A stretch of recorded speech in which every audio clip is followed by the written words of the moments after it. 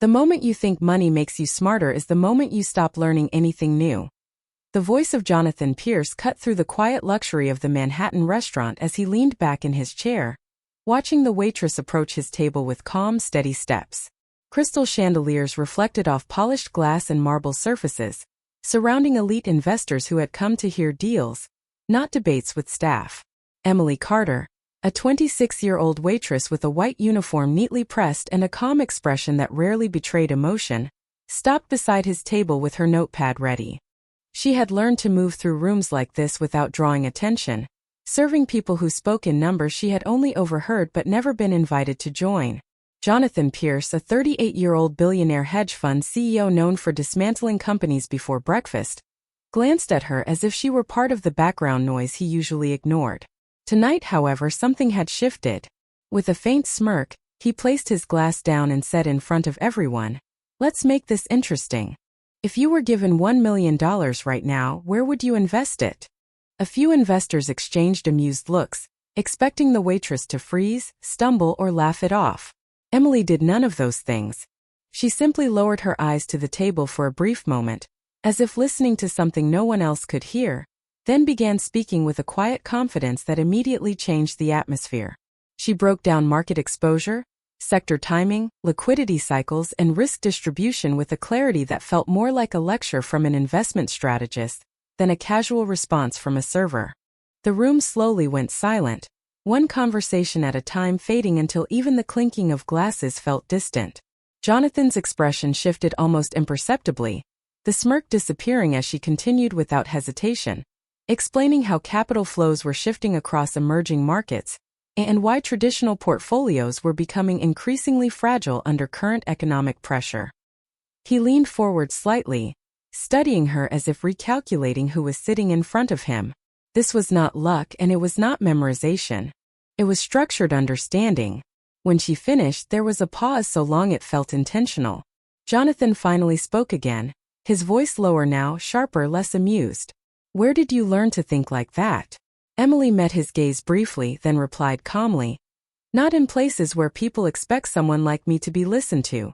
The answer lingered in the air, heavier than anything said before it, while Jonathan slowly realized that the question he had asked as entertainment might have just become the first crack in the control he believed he had over every room he entered. The silence that followed her answer did not break easily, as if the entire restaurant had forgotten how to return to its normal rhythm after hearing something that did not belong in their world. Jonathan Pierce remained still, his fingers lightly resting near his glass, but his attention no longer belonged to the conversation at the neighboring tables or the investors who had started pretending not to listen. Emily Carter stood calmly beside the table, her notepad held close, waiting for a response that did not seem necessary in her mind, only in his. Around them, the luxury restaurant continued its polished illusion of control, but something underneath it had shifted, subtle yet undeniable. Jonathan finally leaned back slightly, studying her with a different kind of focus, no longer the casual dismissal of someone who assumed superiority, but the analytical silence of a man trying to solve a problem that refused to behave like one. He spoke again, slower this time, his voice less performative and more precise. "That was not an answer you improvise in a restaurant," he said. Emily did not react immediately. She simply adjusted her posture slightly, as if she had heard similar assumptions before and already decided they were not worth correcting too quickly. "Most people assume that because I am serving tables I do not listen when they talk," she replied calmly. "But people in rooms like this talk about money like it is noise. I just learned to separate noise from information." That sentence landed differently. Jonathan's expression tightened for a brief moment, not in anger, but in recalculation. He had spent years building systems to detect patterns in markets, in behavior, in risk, and yet he realized he had never applied that same discipline to the people around him. He glanced toward his investors, expecting reassurance, but they were now unusually quiet, each of them pretending to focus on their drinks, though none of them were actually listening to anything else. Emily remained composed, but there was something in her stillness that suggested she was already mentally back at work, waiting for the next table, the next order, the next interruption to her routine. Jonathan, however, did not let it go. He asked her another question, this time more specific. testing not for entertainment but for confirmation. He referenced market volatility, global liquidity pressure, and timing strategies that most casual observers would never understand. Emily responded without hesitation, not rushing, not over-explaining, but structuring her answer with a clarity that suggested she saw systems rather than opinions. Each sentence she spoke removed another layer of doubt from the air between them. Jonathan noticed it now, the absence of uncertainty in her tone, the lack of performance, the absence of any need to impress. It was not confidence in the usual sense, but familiarity, as if she had lived inside these concepts long enough to stop treating them as complicated. When she finished, Jonathan did not immediately respond. Instead, he looked at her with a quieter intensity, the kind reserved for moments when control begins to feel slightly less absolute than expected. For the first time that evening, he did not feel like he was conducting the conversation. He felt like he was being measured by it. The atmosphere inside the restaurant had begun to change in a way that was almost invisible but deeply felt, like a quiet shift in pressure before a storm that no one could yet see.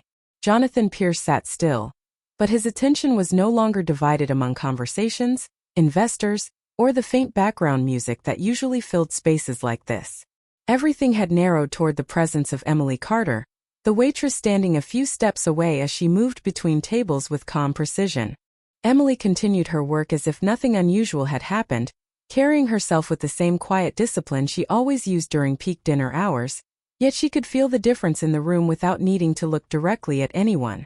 People were watching her differently now, not with casual disregard, but with uncertainty that made them reconsider what they thought they knew. Jonathan finally broke the silence again, not with arrogance this time, but with a controlled curiosity that carried less confidence than before. "You did not answer like someone who is guessing," he said, his tone measured, almost careful. Emily paused briefly at the edge of the table, then responded without stopping her workflow entirely, as if she refused to let a conversation interrupt her responsibilities. "Guessing is what people do when they are not prepared," she said. "I was trained to understand what I am looking at before I speak." That simple sentence created a subtle shift in his expression. Jonathan leaned forward slightly, studying her more closely, as if trying to identify where that kind of training could come from in someone wearing a standard restaurant uniform. Around them, one of the investors quietly adjusted his posture, pretending to check his phone while clearly listening. Another lowered his voice to avoid interrupting, but the attention in the room had already been redirected. Emily finally set down a glass of water at a nearby table, then returned her focus to Jonathan without hesitation. He asked her another question, this time more specific, referencing financial cycles, institutional investment behavior, and timing strategies that normally required years of experience to articulate clearly. Emily responded again with steady clarity, explaining patterns in capital movement and risk exposure without overcomplicating her language, as if she had translated something complex into something intuitive. Jonathan's gaze hardened slightly, not in disbelief anymore, but in recognition that something about this situation did not fit his expectations. He had met analysts, executives, and traders who struggled to explain what she described with such simplicity. Yet she spoke as if it was second nature. He asked her where she had learned to think in systems instead of opinions. Emily finally met his eyes directly for a brief moment, her expression calm but firm. "Not all education comes from places that charge tuition," she said quietly. Then she turned slightly, preparing to move to the next table, but Jonathan did not look away this time. For the first time in a long while, he was not trying to control the conversation. He was trying to understand it. The shift in the room was no longer subtle.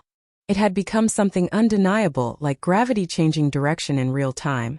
Jonathan Pierce remained seated at the same table, but his presence now felt different, less like control and more like observation.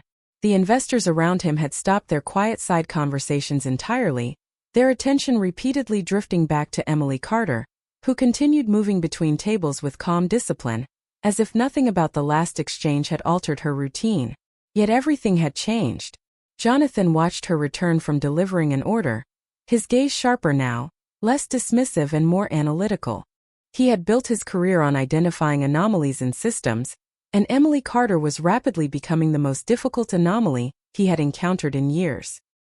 He gestured slightly for her to return, not with command this time, but with a restrained request that still carried authority.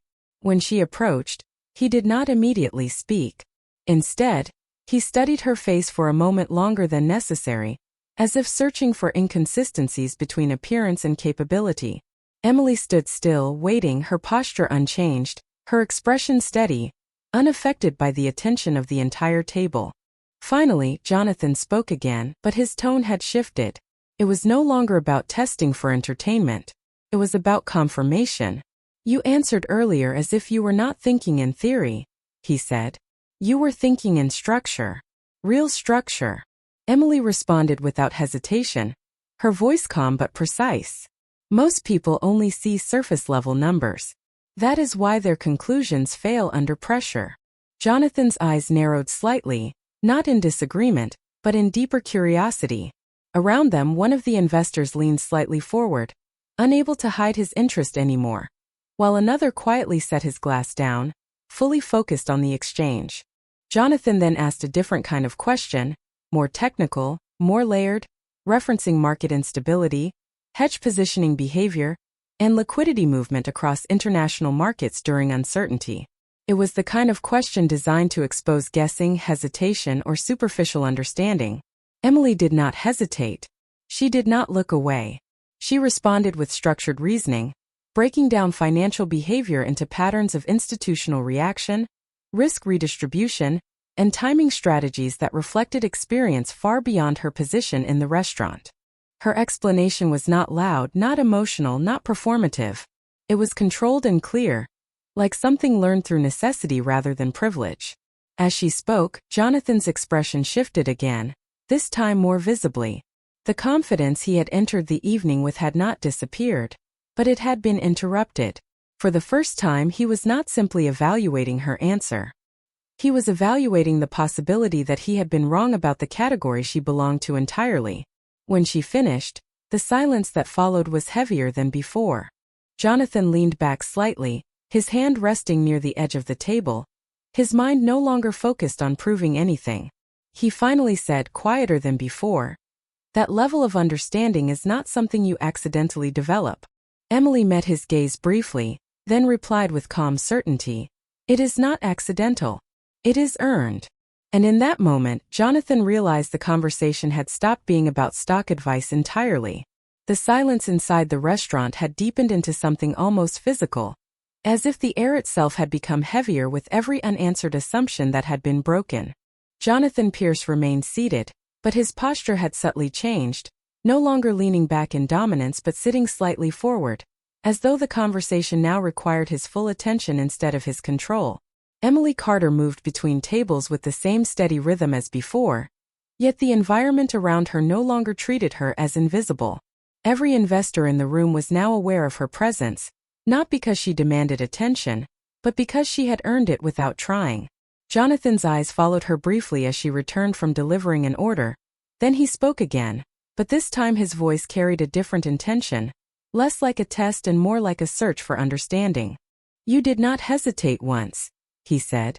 "Every answer was structured, consistent, and measurable. That is not casual knowledge." Emily paused beside the table, her expression calm but slightly more guarded now, as if she understood the direction the conversation was heading. "People assume hesitation is intelligence," she replied. "But hesitation is usually uncertainty. I prefer clarity." That statement landed quietly but firmly. Jonathan studied her again, this time with less focus on proving her wrong and more focus on understanding how she reached conclusions so quickly under pressure. Around them, the restaurant staff continued moving, but even they seemed aware that something unusual was unfolding at that table. One of the investors leaned slightly toward another, whispering under his breath, but neither of them took their eyes off Emily for long. Jonathan then shifted the conversation again, introducing a more complex financial scenario involving unpredictable market cycles, global liquidity constraints, and institutional reaction timing. It was a scenario designed to break confident speakers and expose shallow reasoning. Emily listened without interruption, her hands resting lightly near her notepad, her attention fully engaged but not overwhelmed. When she responded, her explanation was structured, layered, and methodical. She described how institutional investors adjust exposure during uncertainty, how capital migrates before public recognition, and how timing errors often matter more than directional predictions. Her voice remained steady throughout, without emphasis or performance, as if she were simply stating observed patterns rather than attempting to impress anyone. Jonathan did not interrupt her once. For the first time that evening, he allowed her answer to complete itself fully before responding. When she finished, there was a brief pause. Not an awkward one, but a reflective one. Jonathan finally spoke again, quieter than before. "You are describing behavior most analysts only recognize after years in the field." Emily met his gaze briefly, then replied with the same calm tone. "Most analysts are trained to react. I learned to observe before reacting." That distinction lingered in the space between them. Jonathan leaned back slightly again, but this time it was not dismissal. It was recalibration. The assumption he had entered the evening with had not only been challenged, it had been steadily dismantled without confrontation. And for the first time he realized that the real variable he had not accounted for was not the market, but the person standing in front of him. The final exchange between them did not feel like a conversation anymore, but like a quiet collision between two ways of understanding the world. The restaurant around them continued to function, yet every movement felt slower, as if time itself had adjusted to the tension that now existed at the center table.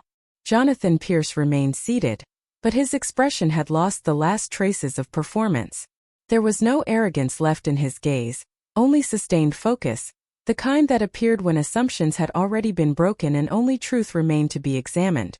Emily Carter stood calmly beside the table, her posture unchanged, her presence still grounded in the rhythm of someone who had spent years working in environments where attention was never guaranteed. But now attention was unavoidable. Jonathan finally spoke again, his voice lower, more measured, stripped of the earlier tone of testing or superiority. "Everything you said is consistent," he said. "But consistency alone does not explain how you think in systems that fast." Emily did not respond immediately. She looked toward the flow of the restaurant for a brief moment, as if allowing space for the question to settle before answering. When she spoke, her tone remained calm but direct. "Speed is not the advantage," she said. "Recognition is. Once you understand patterns, you stop needing time to process them." Jonathan studied her closely. For the first time that evening, he was not trying to find a flaw in her reasoning. He was trying to understand how someone outside his world had learned to think like someone trained within it. Around them, the investors were no longer pretending not to listen. Their silence had become full attention. One of them even leaned forward slightly, as if afraid to miss a single word. Jonathan then asked a final question, but this one was different. It was not about markets, not about strategy, but about origin. "Where did this begin for you?" he asked. "This way of thinking?" Emily paused for a longer moment than before.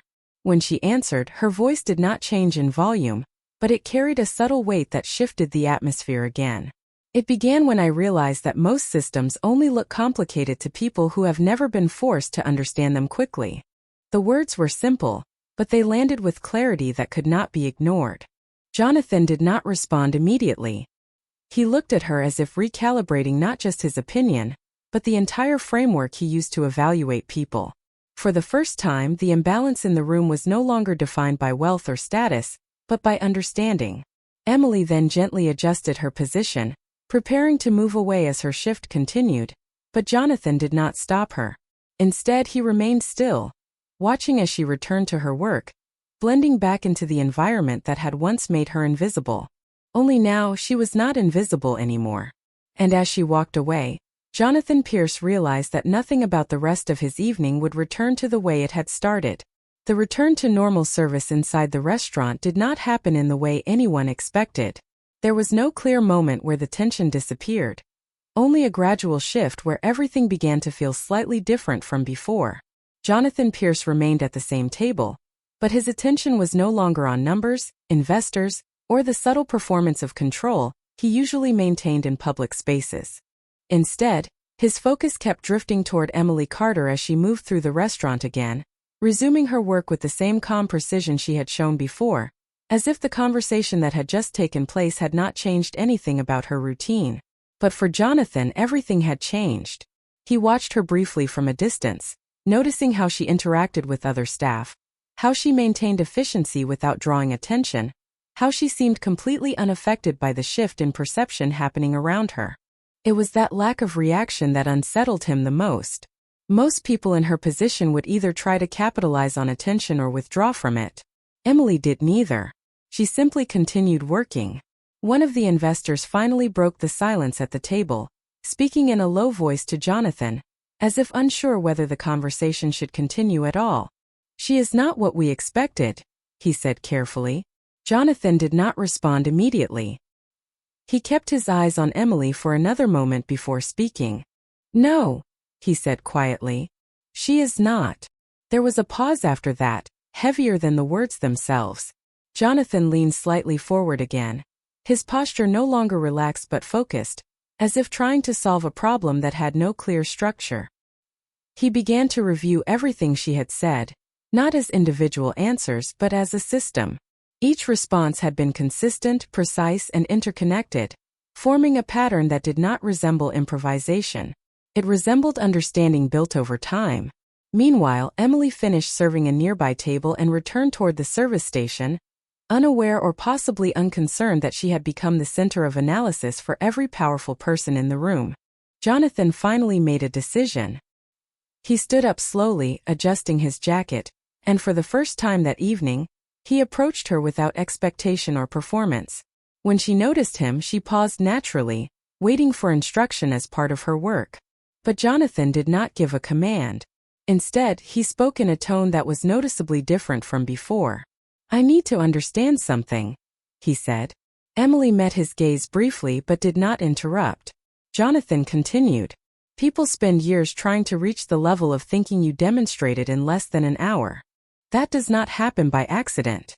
Emily remained calm, her expression unchanged, but there was a slight stillness in her posture now, as if she understood the weight behind the question. After a brief moment she replied, "Most people assume intelligence belongs to position. But it belongs to repetition and exposure." Jonathan absorbed her answer without interruption.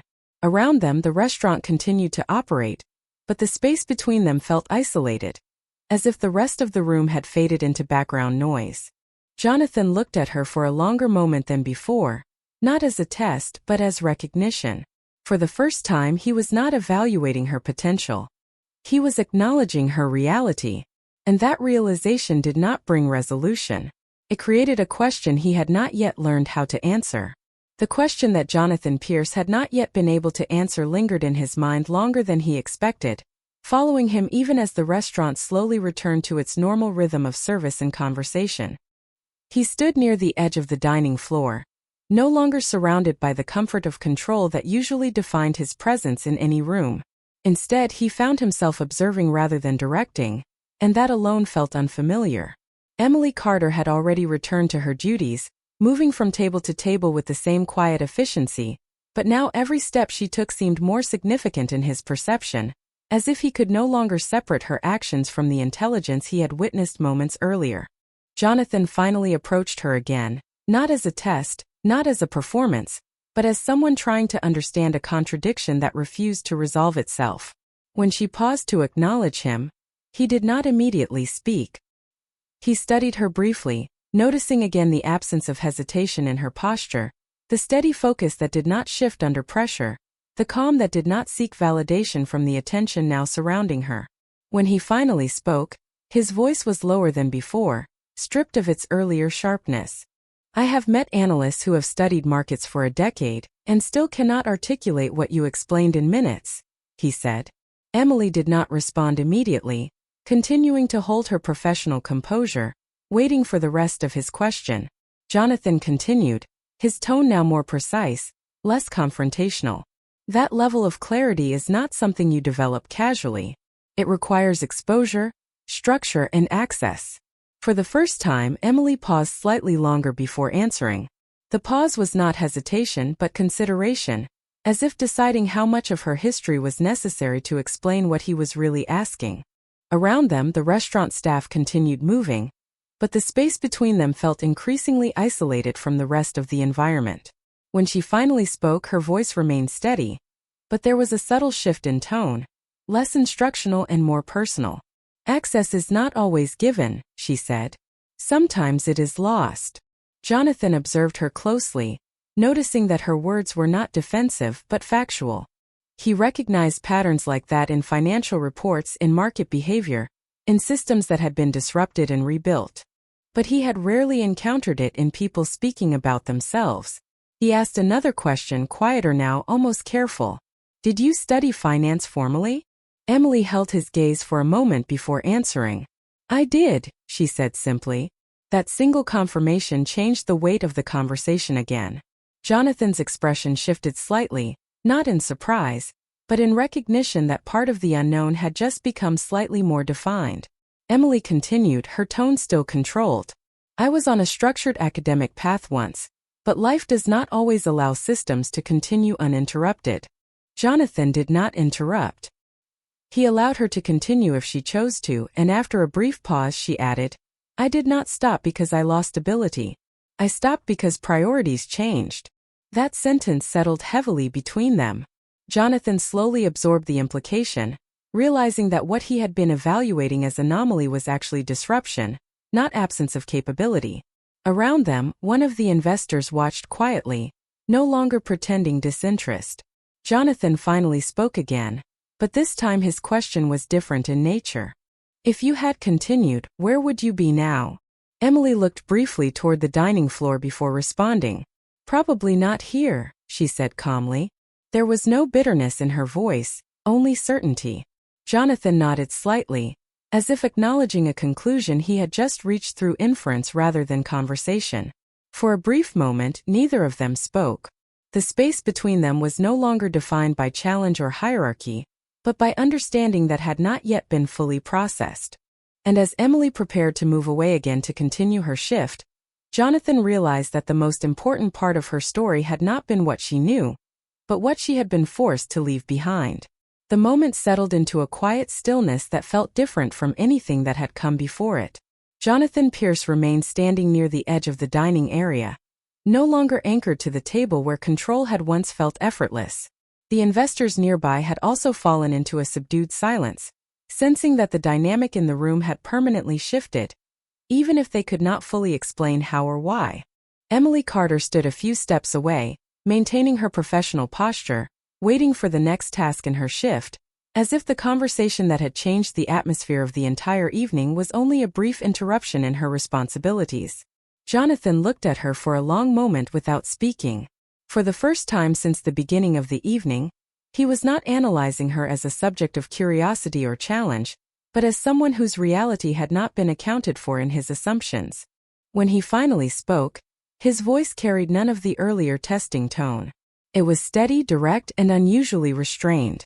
There is something I still do not understand, he said. Emily paused, acknowledging him without breaking her composure. Jonathan continued, his words slower now, as if he was choosing each one carefully. You demonstrated a level of understanding that most professionals in my industry take years to develop. But you are here, working a shift in a restaurant. Emily did not react immediately. She simply held his gaze for a brief moment before responding. Being in one place does not define what someone understands, she said calmly.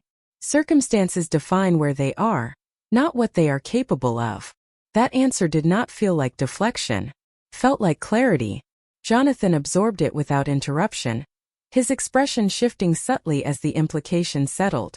Around them, the restaurant continued its normal operations, but no one involved in that evening could return to the mindset they had entered with. Even the investors who had initially dismissed the interaction were now fully attentive, recognizing that they had witnessed something that did not fit into their usual understanding of hierarchy or expectation. Jonathan then asked a final question, his tone quieter than before, almost reflective. If circumstances had been different, would you have continued in finance? Emily hesitated for the first time in a way that felt less procedural and more personal. She looked briefly toward the dining floor, then back at him. When she answered, her voice remained controlled, but there was a subtle weight behind it. I did not leave because I lost interest, she said. I left because I had to choose between continuing a path and supporting something that mattered more at the time. Jonathan did not immediately respond. The answer carried more complexity than he had expected, not in technical terms but in human terms.